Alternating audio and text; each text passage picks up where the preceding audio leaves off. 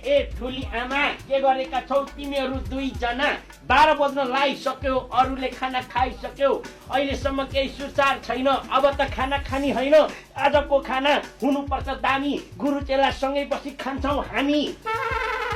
खुसी भएर खुवाउनुपर्छ हुनुपर्छ मनकारी दाल मात्रै पकाऊ कि पकाएको छ तरकारी के छ तिमीहरूको विचार खानासँग हुनुपर्छ टमाटरको अचार खुर्क भनेको मान्न पर्यो दाललाई पनि झान्न पर्यो खुर्क गएर पस्किँदा नठस्क खानापछि हुनुपर्छ डेजर्टमा दही अहिलेसम्म के हेरेको खाना पस्क्या खै